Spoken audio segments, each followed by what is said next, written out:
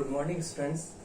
कल हम BA first year में आपका व्यवहारवाद जो है वो पढ़ाया था और ये बताया था कि व्यवहारवाद ने किस प्रकार से राजनीति विज्ञान में जो नई सामग्री, नई तथ्यों, आंकड़ों को समाहित किया और किस प्रकार से जो परंपरागत राजनीति विज्ञान था उस परंपरागत राजनीति विज्ञान में इसने किस प्रकार परिवर्तन किया, इसको पूरी तरह से संशोधित किया और उसमें नए आयामों को इसने इसमें जोड़ा।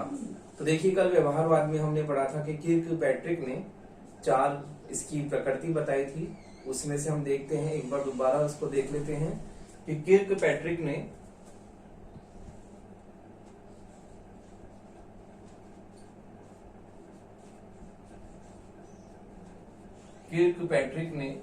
व्यवहारवाद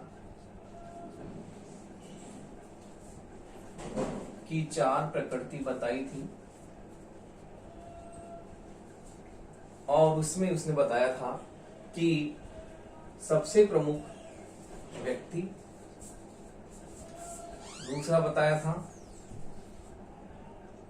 अन्य समाज विज्ञानों के साथ संबंध, अन्य समाज विज्ञानों के साथ संबंध और बताया था कि इसमें जो है एक पर्यवेक्षण, वर्गीकरण और मापन की उसने बात कही थी। राजनीतिक विज्ञान में पर्यवेक्षण, मापन और वर्गीकरण कल मैंने बताया था, इसलिए केवल आज शॉर्ट में पॉइंट ही बता रहा हूं। और चौथा है क्रमबद्ध व व्यवस्थित अध्ययन।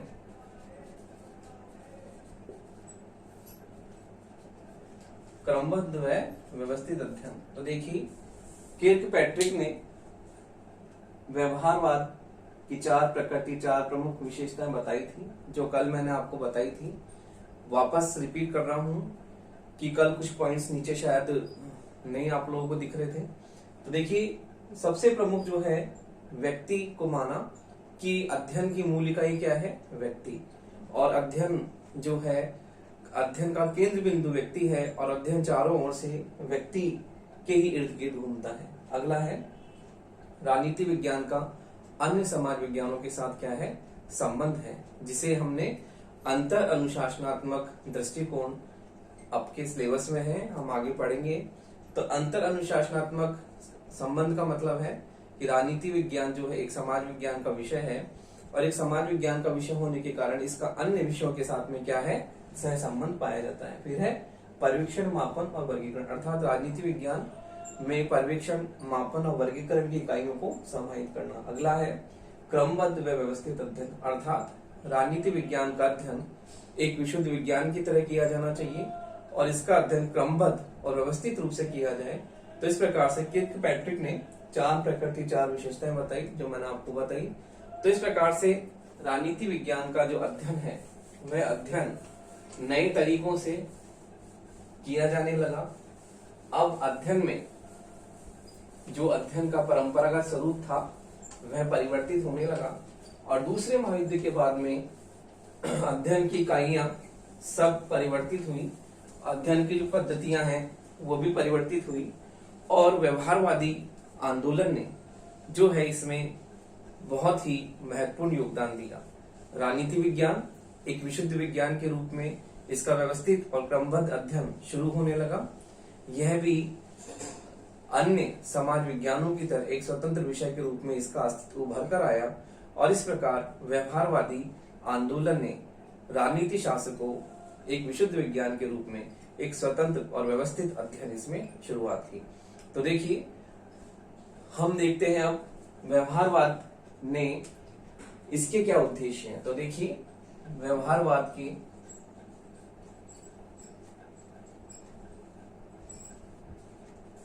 प्रमुख उद्देश्य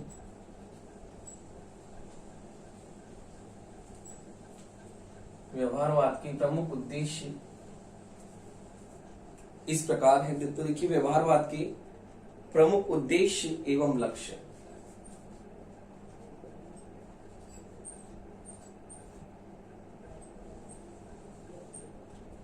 तो देखिए, व्यवहारवाद के प्रमुख उद्देश्य एवं लक्ष्य इस प्रकार हैं। पहला है एक नवीन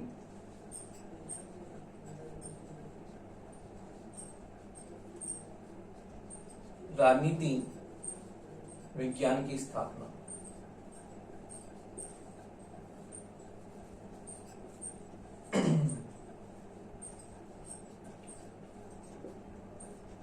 तो देखिए, व्यवहारवाद का प्रमुख उद्देश्य और लक्ष्य पहला है एक नवीन राजनीति विज्ञान की स्थापना करना, अर्थात जो राजनीति शास्त्र है उसमें अध्ययन के नए आयामों को शामिल करना और इसे एक विशुद्ध विज्ञान के रूप में, इसे एक स्वतंत्र विषय बनाना। तो राजनीति विज्ञान को एक नवीन विषय के रूप में, एक नवीन विज्ञान के रूप में इसको क्या करना, स्थापित करना। दूसरा है राजनीति का विज्ञान विकसित करना।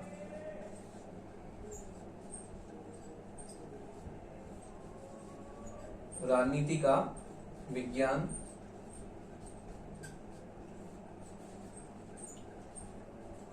विकसित करना।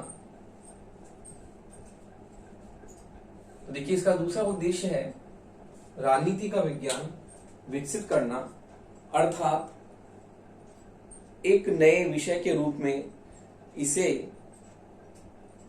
स्थान दिलाना और राजनीति विज्ञान में जो तथ्य और घटनाएं हैं उनके नियम प्राकृतिक विज्ञान की तरह स्थापित करना और इसे एक विज्ञान के रूप में इसको विकसित करना। अगला है राजनीतिक संदर्भ में राजनीतिक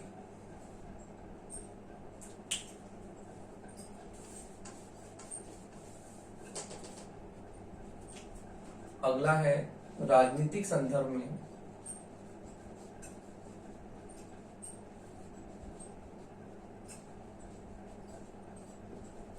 मानव व्यवहार का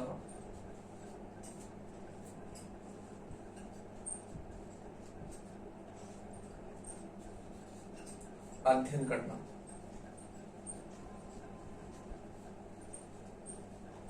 देखिए, इसका अगला उद्देश्य है राजनीतिक संदर्भ में मानव के व्यवहार का अध्ययन करना, अर्थात मानव का जो व्यवहार है, मानव जो है अध्ययन की मूल इकाई है और व्यक्ति अध्ययन की मूल इकाई होने के कारण उसका जो व्यवहार है, उसका जो राजनीतिक व्यवहार है उसका अध्ययन करना, अर्थात मानव के व्यवहार के जो विविध आयाम हैं उन विविध आयामों में, जैसे राजनीतिक, सामाजिक, आर्थिक, जितने भी उसके आयाम हैं उसमें से प्रमुख राजनीतिक संदर्भ में उसके व्यवहार को क्या करना, उसका अध्ययन करना, क्योंकि मानव व्यवहार राजनीतिक संदर्भ में किन किन आयामों से प्रभावित होता है, इन सब का अध्ययन इसमें करना। अगला है राजनीति विज्ञान तथा अन्य समाज विज्ञानों के साथ राजनीति विज्ञान तथा अन्य समाज विज्ञानों के साथ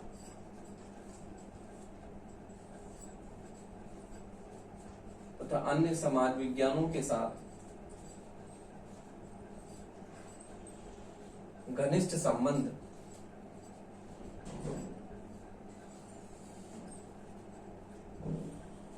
स्थापित करना,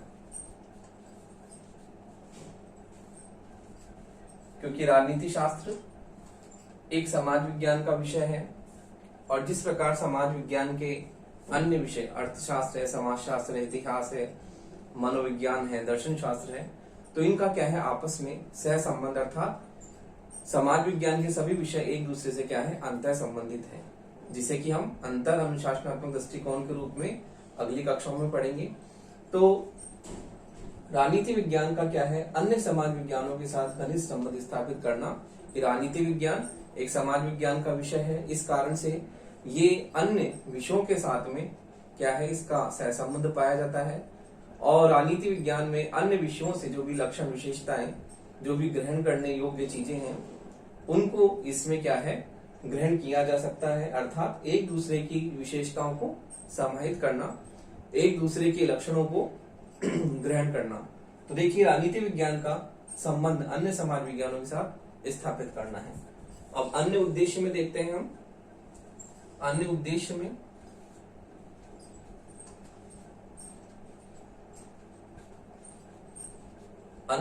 में है, प्रमुख रूप से है कि मानव के राजनीतिक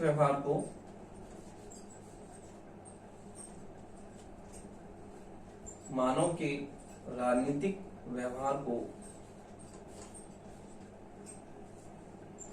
नियमित करना,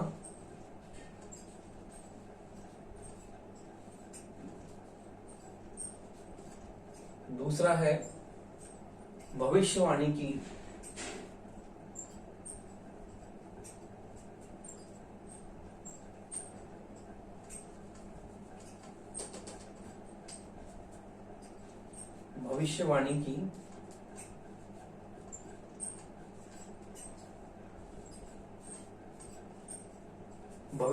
की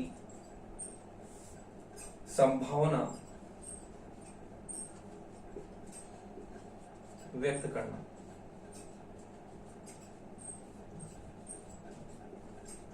तो देखिए राजनीति विज्ञान के व्यवहारवादी उपागम के प्रमुख उद्देश्य और लक्ष्य इस प्रकार हैं। एक नवीन विज्ञान के रूप में इसे स्वतंत्र विषय के रूप में इसको विकसित करना, इसका विज्ञान विकसित करना कि इसमें भी अन्य जो सोशल साइंस है, अन्य समाज विज्ञानों की तरह इसमें भी नियम स्थापित करना, मानव व्यवहार के अध्ययन को शामिल करना। राजनीति विज्ञान का अन्य समाज विज्ञानों के साथ घनिष्ठ संबंध है।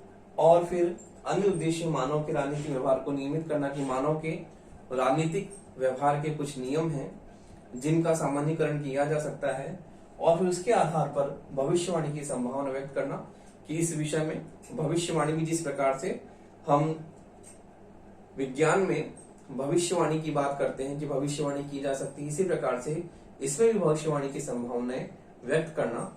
तो इस प्रकार से इसका प्रमुख उद्देश्य जो है व्यवहारवादी उपागम का, राजनीति विज्ञान को एक विज्ञान के रूप में इसे स्थापित करना और इसमें विज्ञान की तरह ही अध्ययन की नई पद्धतियां, अनुभविक और पर्यवेक्षणात्मक अध्ययन पद्धतियों का शामिल करना, और इसी के साथ ही अध्ययन को विशुद्ध रूप से वैज्ञानिक बनाना।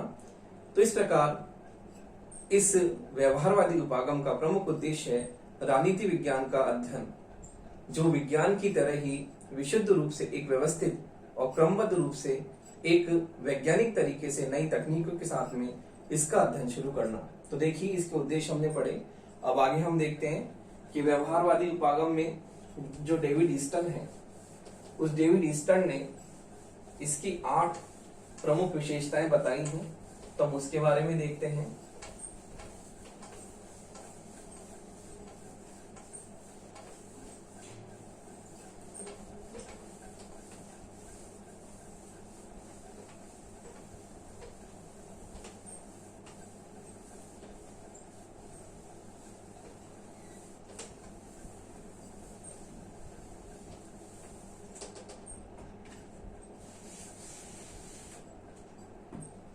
देखिए व्यवहारवाद की प्रमुख विशेषताएं।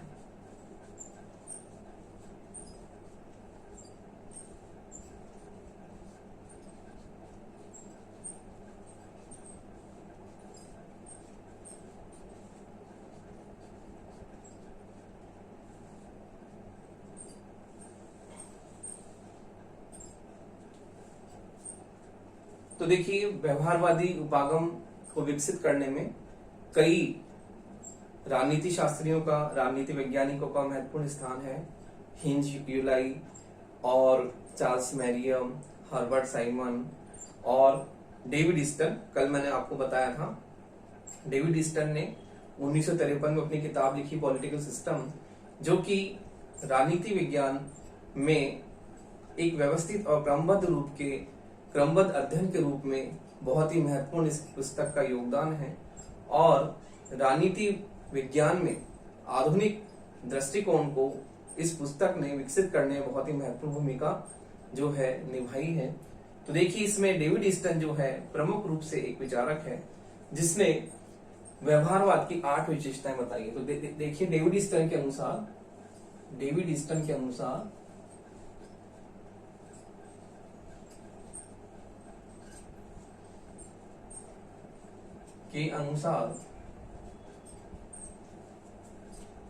व्यवहारवाद की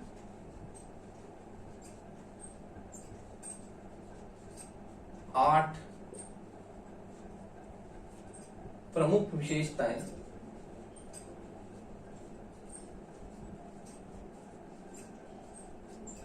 इस प्रकार। देखिए, डेविड ईस्टन ने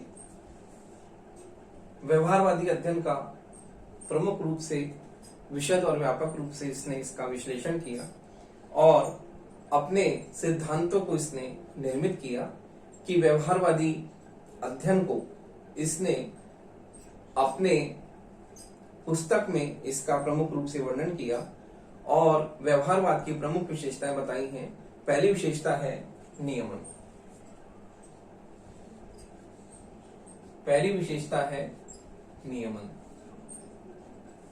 तो डेविड ईस्टन ये कहता है कि मानव व्यवहार के कुछ जो नियम हैं वह नियम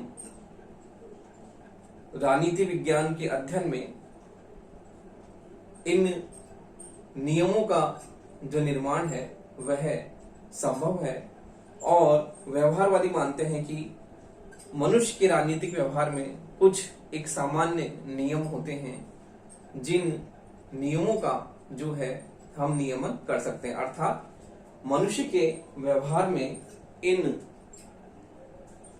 कुछ ऐसे सामान्य तत्व पाए जाते हैं जो इन सामान्य तत्वों के आधार पर हम सिद्धांतों का निर्माण कर सकते हैं।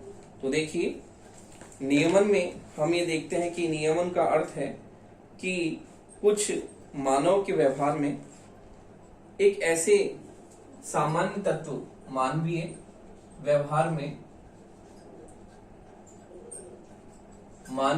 में सामान्य तत्व पाए जाते हैं, तत्व होते हैं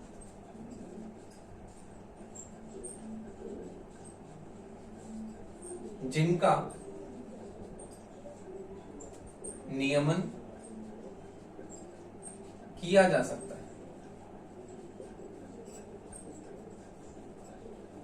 अर्थात मनुष्य के व्यवहार में कुछ ऐसे सामान्य तत्व, कुछ ऐसी सामान्य विशेषताएं पाई जाती हैं जिनका हम सामान्यकरण कर सकते हैं, जनरलाइजेशन कर सकते हैं। अर्थात उनको हम सिद्धांत के रूप में हम प्रतिपादित कर सकते हैं। कुछ ऐसे नियम जो होते हैं मानवीय व्यवहार में सामान्य रूप से पाए जाते हैं और इनका नियमन जो है वह किया जा सकता है। तो इसकी बात की है। अगला है सत्यापन। दूसरा है सत्यापन। तो देखिए, सत्यापन का अर्थ है कि मानव व्यवहार में जो नियम बनाए गए हैं उनकी सत्यता की जांच करना। अर्थात मानवीय नियमों की सत्यता की जांच। तो देखिए, सत्यापन का अर्थ है वेरीफाई करना। जो मानवीय व्यवहार में सामान्य तत्व, सामान्य विशेषताएं पाई जाती हैं, उन सामान्य विशेषताओं के आधार पर हम सिद्धांतों का निर्माण कर सकते हैं। और सत्यापन, हम मानवीय जो नियम हैं, जिन मानवीय नियमों में सामान्य नियम हम देखते हैं, सामान्य विशेषताएं जो हैं, उनके आधार पर हम इनकी सत्यता की जांच कर सकते हैं। अगला है तकनीकों का प्रयोग। तीसरा है तकनीकों का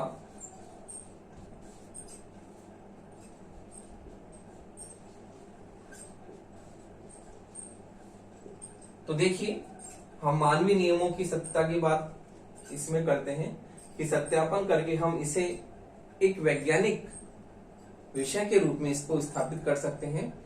और राजनीति शास्त्र में हम वैज्ञानिक अध्ययन की बात करते हैं जब हम सत्यापन की बात करते हैं। तो और फिर अगला है तकनीकों का प्रयोग, अर्थात राजनीति विज्ञान में हम नई तकनीकों का प्रयोग करें जिससे अध्ययन अधिक से अधिक वैज्ञानिक बन सके। तो नई तकनीकों का प्रयोग का मतलब है कि राजनीति विज्ञान में नई तकनीकों का अपनाया जाना इसके अध्ययन में, और नई तकनीकें जो कि विज्ञान की कसौटी पर खरी उतरे और विषय को अधिक से अधिक विशुद्ध रूप से वैज्ञानिक बनाने में सहायता प्रदान करें। देखिए, तकनीकों का प्रयोग का मतलब है कि ऐसे तकनीकें काम में लाना जो कि इस विषय को अधिक से अधिक जो है वैज्ञानिक बनाया जा सके। अगला है परिमाणीकरण।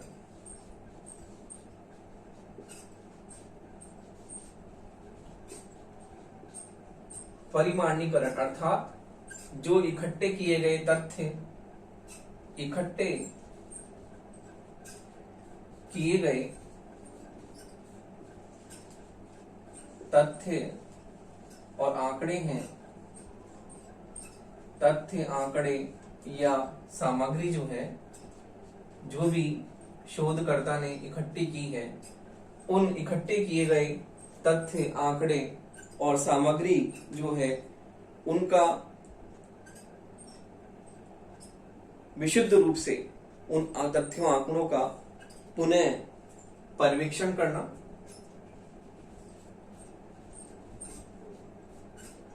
पुनः पर्यवेक्षण करना,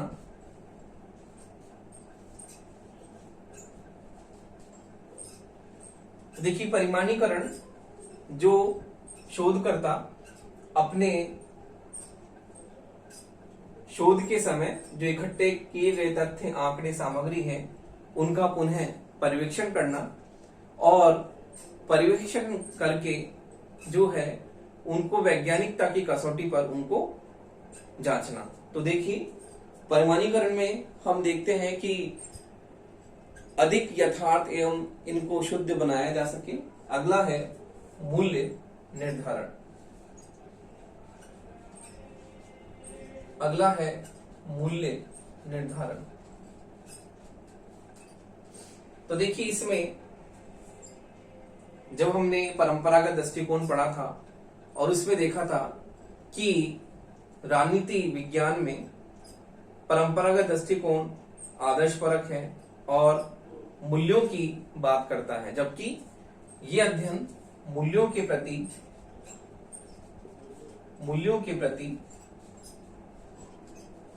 तटस्थता की बात करता है।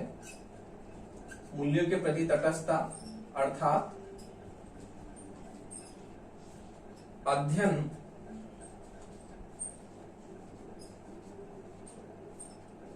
मूल्य रहित होना चाहिए। तो देखिए जो व्यवहारवाद की पांचवी प्रमुख विशेषता है मूल्य निर्धारण की, और ये इसमें तय किया जाता है कि जहां परंपरागत दृष्टिकोण मूल्यपरक अध्ययन है और इसमें मूल्यों का महत्वपूर्ण स्थान है, उसके विपरीत जो व्यवहारवाद है वो मूल्यों के प्रति तटस्थता की बात करता है कि जो है मूल्य से रहित अध्ययन होना चाहिए, अर्थात अध्ययन में मूल्यों को बिल्कुल भी स्थान नहीं दिया जाना चाहिए और मूल्यों के बिना ही अध्ययन क्या होगा, विशुद्ध रूप से वैज्ञानिक अध्ययन किया जाएगा। तो व्यवहारवाद की सबसे प्रमुख विशेषता यह है कि इसमें मूल्यों के प्रति तटस्थता की बात की जाती है, अर्थात मूल्य रहित अध्ययन की बात की जाती है कि जो शोध करता है जब वो शोध करे तो अपने मूल्यों से बिल्कुल भी प्रभावी नहीं रहे, अर्थात उसके अध्ययन में मूल्यों से रहित अध्ययन की बात इसमें की गई है कि अध्ययन में मूल्यों को, आदर्शों को, नैतिकता को बिल्कुल परे रखना चाहिए। अध्ययन मूल्यपरक नहीं होना चाहिए, नैतिकता आदर्शपरक नहीं होना चाहिए और अध्ययन मूल्यों से बिल्कुल अलग रह के मूल्यों से तटस्थ रहकर अध्ययन किया जाना चाहिए। तो देखिए अगला जो इसकी विशेषता है वह है कि इसे हम मूल्य निरपेक्षता की बात भी कहते हैं। मूल्य निरपेक्षता अर्थात मूल्यों से रहित अध्ययन की बात इसमें की जाती है। अगली जो विशेषता है वो यह है कि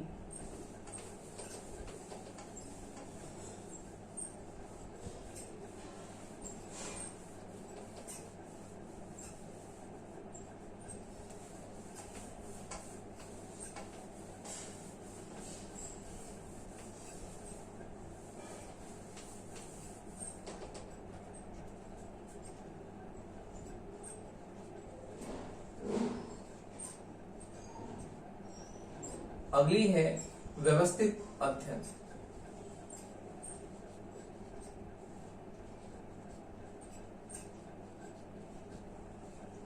अर्थात व्यवहारवाद व्यवस्थित अध्ययन की बात करता है कि अध्ययन जो है वह पहले से जो प्राप्त निष्कर्ष हैं उन निष्कर्षों के आधार पर सिद्धांत का निर्माण किया जाना चाहिए।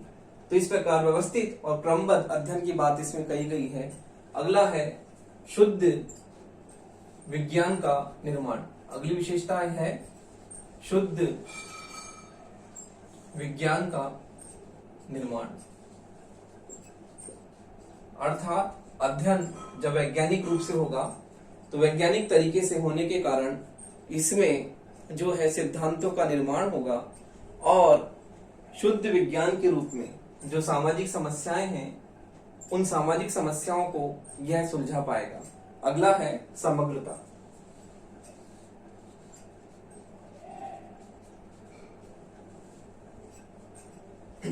समग्रता अर्थात राजनीति विज्ञान का जो अध्ययन है वह अध्ययन एकीकृत रूप में होना चाहिए। समग्रता का मतलब समग्रता या एकीकृत अध्ययन। अर्थात जब मनुष्य के राजनीतिक व्यवहार का जो अध्ययन करते हैं वो अध्ययन हम अलग अलग खंडों में विभाजित करके नहीं कर सकते हैं। अर्थात मनुष्य के राजनीतिक व्यवहार को जो प्रभावी करने वाले जो तत्व हैं, जो कारक हैं, उनको हम अलग अलग भागों में नहीं बांट सकते, क्योंकि मानव की जो राजनीतिक व्यवहार को नियमित करने वाले कारक हैं उसके अलग अलग डायमेंशंस हैं। तो इन्हें हम एकीकृत और समग्रता के साथ में इनका अध्ययन कर सकते हैं। इन्हें अलग अलग भागों में बांटकर इसका अध्ययन नहीं किया जा सकता है। तो देखिए, राजनीति विज्ञान में व्यवहारवादी उपागम की डेविड ईस्टर ने 8 विशेषताएं बताई हैं और इस प्रकार उसने इन 8 विशेषताओं को व्यवहारवाद की मूलभूत उसने लक्षण माना है कि व्यवहारवादी उपागम में इन 8 विशेषताओं का होना बहुत जरूरी है। और इस प्रकार डेविड ईस्टर ने व्यवहारवादी उपागम में इन 8 प्रमुख विशेषताओं के आधार पर इस उपागम को उसने निर्मित किया। और दूसरे महायुद्ध के बाद में जो व्यवहारवादी क्रांति आई उसने राजनीति विज्ञान में जो है मूलभूत परिवर्तन किया। जहां परंपरागत दृष्टिकोण केवल राज्य सरकार संकुचित विषय क्षेत्र की बात करता है, वहीं पर आधुनिक दृष्टिकोण इसकी व्यापकता की बात करता है और मनुष्य के राजनीतिक व्यवहार को इसके अध्ययन की मूल इकाई मानता है। और जहां परंपरागत दृष्टिकोण में पुरानी अध्ययन पद्धतियों की बात की जाती है, उसके स्थान पर व्यवहारवादी उपागम अध्ययन को विशुद्ध और वैज्ञानिक बनाने के लिए नई अध्ययन पद्धतियों की बात करता है जो कि आनुभविक हो, पर्यवेक्षणात्मक हो। इस प्रकार से व्यवहारवादी आंदोलन ने राजनीति विज्ञान में एक नई शुरुआत की और उसके अध्ययन को अधिक से अधिक वैज्ञानिक, अधिक से अधिक अध्ययन में नवीनता लाने की बात कही गई। और इस प्रकार व्यवहारवादी आंदोलन ने जो जहां पर आदर्श की बात की जाती थी उसके स्थान पर यथार्थवादी अध्ययन की बात कही गई और इसमें मूल रूप से विज्ञान की तरह ही अध्ययन की शुरुआत इसने की। तो इस प्रकार से व्यवहारवादी आंदोलन राजनीति विज्ञान को अधिक से अधिक शुद्ध वैज्ञानिक बनाने पर इसने क्या किया, बहुत अधिक बल दिया। तो व्यवहारवादी उपागम जो है वह राजनीति विज्ञान को विशुद्ध रूप से वैज्ञानिक बनाने पर इसने अपने महत्वपूर्ण प्रयास किए और इस प्रकार व्यवहारवादी आंदोलन ने यथार्थवादी अध्ययन की शुरुआत की और राजनीति विज्ञान को एक व्यवस्थित और क्रमबद्ध विज्ञान के रूप में इसने व्यवस्थित रूप से अध्ययन की शुरुआत की।